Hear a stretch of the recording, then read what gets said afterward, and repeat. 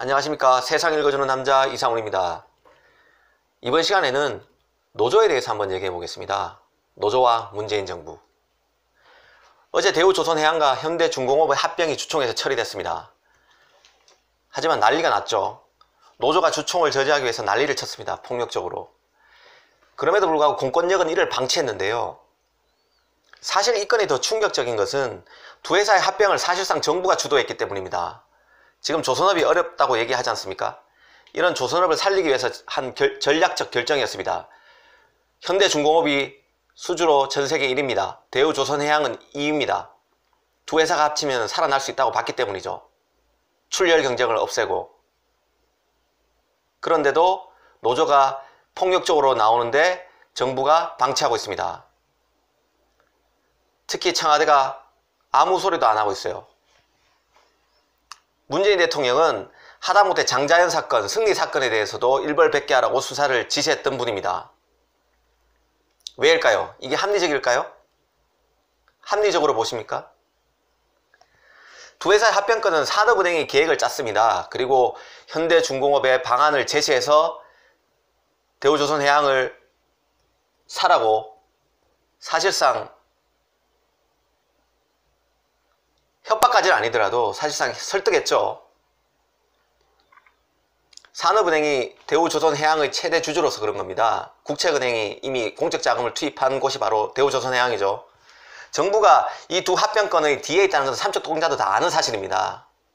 산업은행은 산업자원부, 산업통상자원부, 금융위원회와 협의를 거쳤고 산업과 경제 전체에 미치는 영향이 큰 사안인 만큼 당연히 대통령에도 보고를 했을 겁니다. 심지어 올 3월에 문 대통령이 현대중공업 대표에게 대우조선 인수를 축하드린다고까지 얘기한 적이 있습니다. 그만큼 두 회사의 합병권은 고사위기의 국내 조선 산업을 살리기 위한 불가피한 선택이었습니다. 사실 두 회사를 합치면 고질적인 국내 기업끼리의 출혈 경쟁을 막을 수 있습니다. 연구개발도 통합적으로 할 수 있고 중복 투자도 막을 수 있겠죠. 회사는 물론 노조와 지역사회, 협력사 모두 위민하는 해법이 될 수 있습니다. 가만 내버려 두면 두 회사 망할 수 있으니까요. 모두가 힘들어질 수 있습니다. 조선업계 1위인 현대중공업, 2위인 대우조선 합치면 수주 쪽에서도 압도적 세계 1위가 당연히 가능한 겁니다. 업계에서는 LNG 운반선과 초대형 원유 운반선 시장을 60에서 70% 이상 장악할 수 있을 거라는 얘기까지 합니다. 산업계 판도를 재편할 수 있다는 거죠. 이 때문에 중국, EU, 일본 등에서는 기업 결합 심사 과정에서 제동을 걸려고까지 하고 있습니다. 그런데 지금 정부가 나는 모르겠다는 태도를 일관하고 있습니다. 사실 지금 이런 게 하나둘이 아닙니다. 제가 보기에 문재인 대통령의 고질적 문제 중 하나가 바로 유체이탈합법입니다. 실제로 청와대가 주도하거나 끌고 갔으면서 문제가 불거지면 좀 잘하지 하는 형태의 훈수를 두는 겁니다. 나는 모르겠다는 거죠. 예를 들어 볼까요? 공수처 같은 경우도 그렇습니다. 공수처를 가장 강력하게 밀어붙인 곳은 청와대입니다. 그런데 공수처 수사 대상에서 대통령 친인척은 뺐습니다. 권력을 감시하기 위해서 검찰이 권력 감시를 제대로 못하니, 권력 수사를 제대로 못하니 공수처를 만들고자 하면서 대통령 친인척은 뺐습니다. 말이 안 되죠. 그래서 이런 비판이 나옵니다. 그때 문 대통령이 이렇게 얘기했습니다. 민정수석이 그런 부분을 검토하지 못한 부분은 아쉬운 부분이 있다. 이게 말이 되는 소리입니까? 공수처가 민정수석 혼자 머리에서 나오진 않았을 겁니다. 속아 웃을 일이죠. 최근 한국에는 원칙이 사라지는 것이 한두 개가 아닙니다. 특히 정부가 책임을 회피하고 있습니다. 사회적 파장이 큰 부분에 대해서는 정부가 누군가에게는 피해가 가더라도 정책 방향을 설정하고 이해관계자를 설득해 나갈 수 있어야 합니다. 그런데 정부가 혼날 짓은 안 하려고 합니다. 청와대를 닮아서일까요? 무책임하다는 생각밖에 안 듭니다. 승차 공유 서비스만 해도 그렇습니다. 타다로 대변되는 승차 공유 서비스는 사실 전통산업과 핵심 산업이 충돌하는 분야인데요. 그러다 보니까 택시업계 반발이 심할 수밖에 없습니다. 결국에는 이해 조정자로서 정부 역할이 중요합니다. 그런데 정부는 이해관계자 간의 타협이 우선이라면 한 발 빼기 급급합니다. 이게 이해관계자 간의 타협이 될 수 있습니까? 타협이 되지 않습니다. 정부가 이런 스탠스다 보니까, 청와대가 이런 스탠스다 보니까 주무부처에서는 똑같아집니다. 부처는 똑같아진다는 얘기죠. 주무부처인 국토교통부, 신산업이나 신산업 육성이나 규제 등과 관련되어 있는 산업통상자원부, 과학기술정보통신부 등은 다 조율된 목소리조차 없습니다. 이러다 보니까 사회적 연대를 강조하는 분위기가 일더니 결국에는 타다가 택시업계 면허를 매입하라는 해법까지 나왔습니다. 사실 분명히 사회적 약자는 돌봐야 됩니다. 그런 부분은 정부가 해야 될 부분이죠.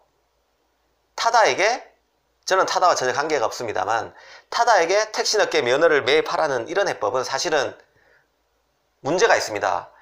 왜냐하면 혁신을 주도한 쪽에서 혁신이 미진한 곳에다 보상을 해주라는 식 아닙니까? 이거는 혁신을 한 자가 혁신을 하지 못한 자를 시장에서 퇴출시키거나 사회적 영향력을 약화시킬 수 있어야 되는데, 그래야 혁신이 일어나죠. 그런데 혁신을 주도한 쪽에다가 혁신을 못한 쪽에 보상을 해주라는 식의 발상은 혁신을 하지 말라는 얘기하고 똑같은 얘기입니다. 정부 정책이 이렇게 방향을 못 잡고 갈짓자를 그리니 사회적 반발이 일어나는 쪽을 두둔하다가 또 저쪽에서 반발하면 그래 네 얘기도 맞다, 또 저쪽에서 얘기하면 네 얘기도 맞아, 항의정성을 하려고 합니다. 이게 지금 방향을 못 잡으니까 정치권 훈수만 자꾸 더 나오게 되겠죠. 표심을 또 잡아야 되니까. 그래서 정부가 리드하는 것이 중요합니다. 이렇게 사회적 파장이 끈 건에 대해서는 너희가 당사자니까 너희들이 결정하면 우리가 정책 방향을 거기에 맞춰서 만들게, 이런 식으로 나가서는 안 된다는 겁니다. 노조 문제도 마찬가지입니다. 우리나라는 주주자본주의를 선택한 나라입니다. 합병 등 주요 의사결정은 결국에는 주주가 해야 됩니다. 그런데 노조가 주총을 방해해요? 이거는 원칙에 위배되는 거죠. 주총 봉쇄는 주주자본주의 원칙에 위배되는 겁니다. 정부가 그간 원칙에 입각하지 않은 정책을 많이 펴왔기 때문에 이런 노조의 행동에 대해서 설득력 있는 리더십 발휘가 어렵습니다. 사실 문재인 정부가 왜 이렇게 민노총을 감싸고 도는지 많은 이들은 알고 있습니다. 노조가 약자이기 때문에 감싸겠습니까? 아닙니다. 노조가 경제적 약자던 시절은 이미 오래전에 끝났습니다. 이제 모두가 노조 눈치를 보는 세상 아닙니까? 지금 검찰, 경찰도 노조 눈치를 보고 있습니다. 연봉 1억 원은 노조원이지만 연봉 1,000만 원, 2,000만 원은 노조에 들지도 못하는 세상입니다. 사실 문재인 정부는 노조를 자신의 편이라고 생각하고 있죠. 그리고 민노총이나 정교조만큼 일사불란하게 수만 명을 집합시켜서 도심 시위를 할 수 있는 조직은 없습니다. 민노총만 볼까요? 16개 산별노조, 16개 지역본부, 그리고 1,000개가 넘는 산하 노조마다 사무실이 있고 전임자들이 활동하고 있습니다. 이거 자체가 문제가 있다는 얘기가 아닙니다. 할 수 있습니다.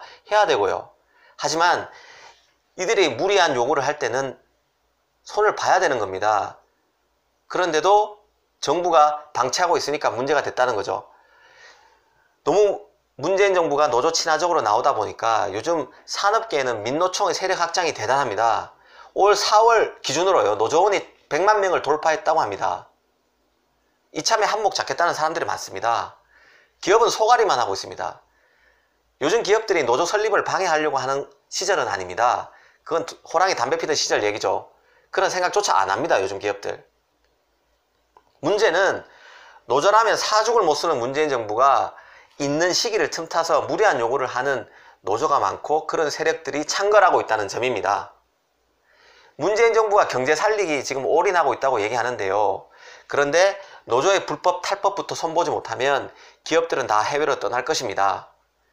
현대차가 국내에 공장을 짓지 않은 게 벌써 23년이 넘었다고 합니다. 지금 현대중공업과 대우조선해양의 합병을 제일 반대하는 곳도 우리의 가장 강력한 라이벌이라는 중국 유럽연합입니다. 무서운 얘기죠. 대형 조선사 출현을 우리가 지금 만들려고 하는 그런 대형 조선사 출현을 경쟁국들이 막으려고 하는데 이거를 지금 국내에서부터 발목이 잡혀서 하지 못하고 있는 상황이에요. 미중 무역 분쟁으로 내부 전력을 다져도 모자랄 판에 노조 지금 깽판으로 날이 지셀 판입니다. 한국 역사를 살펴보면요, 외부에 심하게 당했을 때 한국 내부는 항상 자중질환이었습니다. 지금 꼴이 딱 그렇습니다.